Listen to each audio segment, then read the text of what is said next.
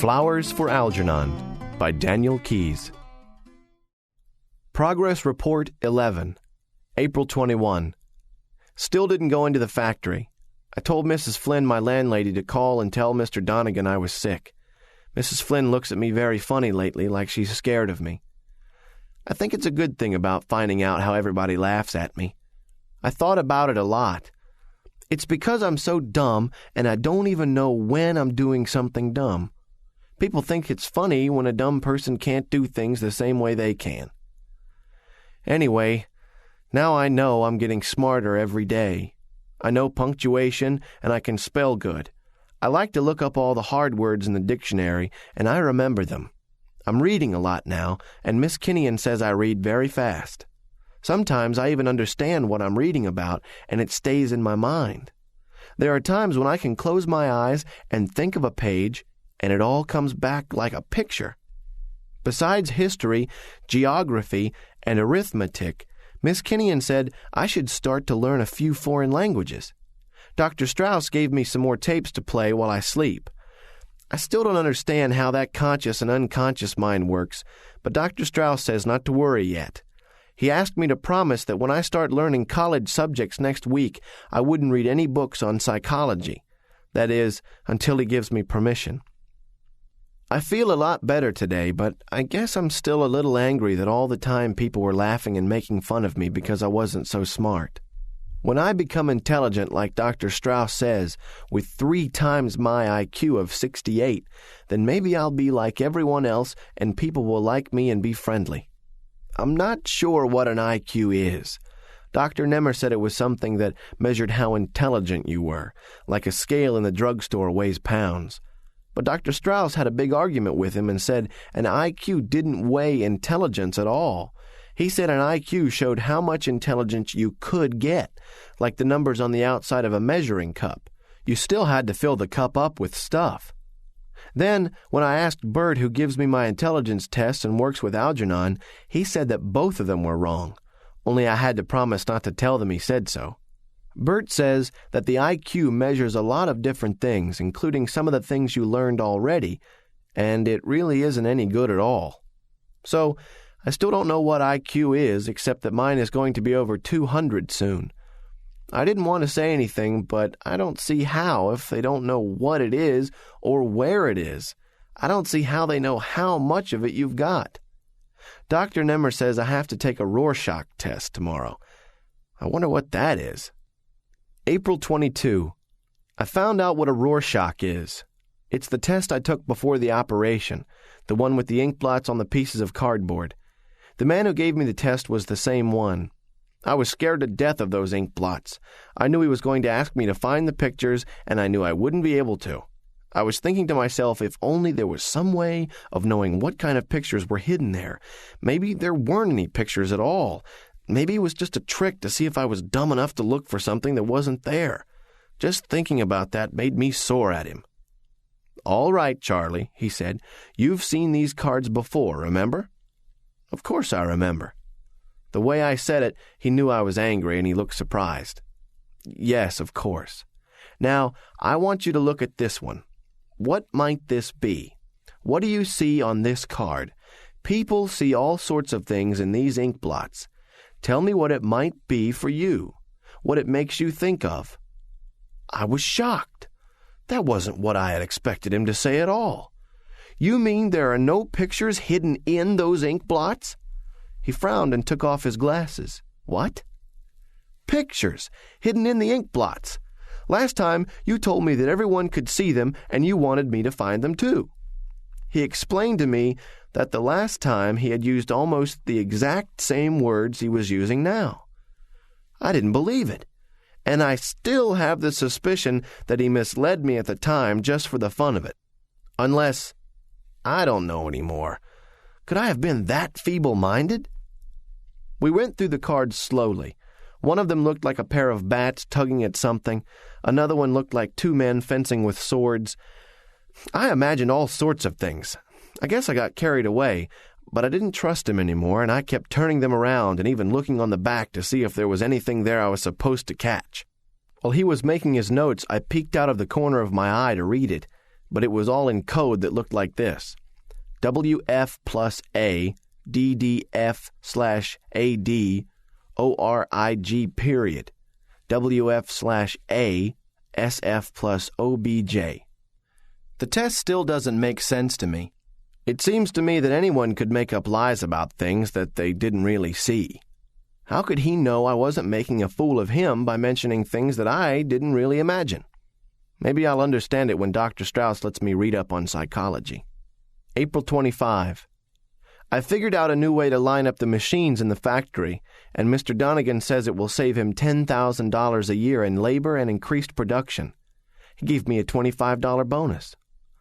I wanted to take Joe Karp and Frank Riley out to lunch to celebrate, but Joe said he had to buy some things for his wife, and Frank said he was meeting his cousin for lunch. I guess it'll take a little time for them to get used to the changes in me. Everybody seems to be frightened of me. When I went over to Amos Borg and tapped him on the shoulder, he jumped up in the air. People don't talk to me much anymore or kid around the way they used to. It makes the job kind of lonely. April 27. I got up the nerve today to ask Miss Kinnian to have dinner with me tomorrow night to celebrate my bonus. At first, she wasn't sure it was right, but I asked Dr. Strauss, and he said it was okay. Dr. Strauss and Dr. Nemmer don't seem to be getting along so well. They're arguing all the time. This evening, when I came in to ask Dr. Strauss about having dinner with Miss Kinnian, I heard them shouting. Dr. Nemmer was saying that it was his experiment and his research, and Dr. Strauss was shouting back that he contributed just as much because he found me through Miss Kinnian and he performed the operation. Dr. Strauss said that someday thousands of neurosurgeons might be using his technique all over the world. Dr. Nemmer wanted to publish the results of the experiment at the end of this month. Dr. Strauss wanted to wait a while longer to be sure. Dr. Strauss said that Dr. Nemmer was more interested in the chair of psychology at Princeton than he was in the experiment. Dr. Nemmer said that Dr. Strauss was nothing but an opportunist who was trying to ride to glory on his coattails. When I left afterwards, I found myself trembling.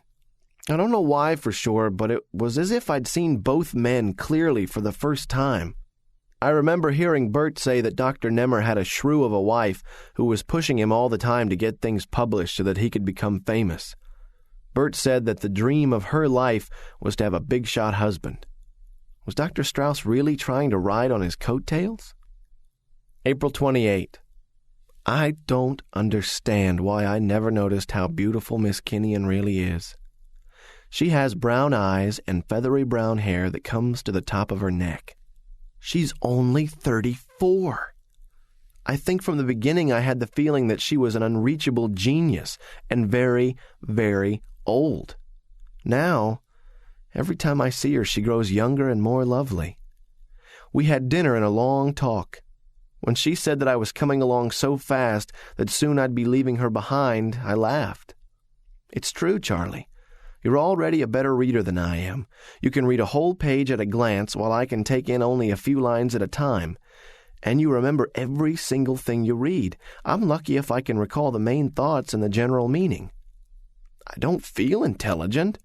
There are so many things I don't understand. She took out a cigarette and I lit it for her. You've got to be a little patient. You're accomplishing in days and weeks what it takes normal people to do in half a lifetime. That's what makes it so amazing. You're like a giant sponge now, soaking things in, facts, figures, general knowledge, and soon you'll begin to connect them, too. You'll see how the different branches of learning are related. There are many levels, Charlie, like steps on a giant ladder that take you up higher and higher to see more and more of the world around you. I can see only a little bit of that, Charlie, and I won't go much higher than I am now. But you will keep climbing up and up, and see more and more, and each step will open new worlds that you never even knew existed. She frowned. I just hope to God. What? Never mind, Charles. I just hope I wasn't wrong to advise you to go into this in the first place. I laughed. How could that be? It worked, didn't it? Even Algernon is still smart. We sat there silently for a while, and I knew what she was thinking about as she watched me toying with the chain of my rabbit's foot and my keys. I didn't want to think of that possibility any more than elderly people want to think of death. I knew that this was only the beginning. I knew what she meant about levels because I'd seen some of them already. The thought of leaving her behind made me sad. I'm in love with Miss Kinnian. Progress Report 12, April 30. I've quit my job with Donegan's Plastic Box Company. Mr. Donegan insisted that it would be better for all concerned if I left. What did I do to make them hate me so? The first I knew of it was when Mr. Donegan showed me the petition. 840 names, everyone connected with the factory except Fanny Gurdon. Scanning the list quickly, I saw at once that hers was the only missing name.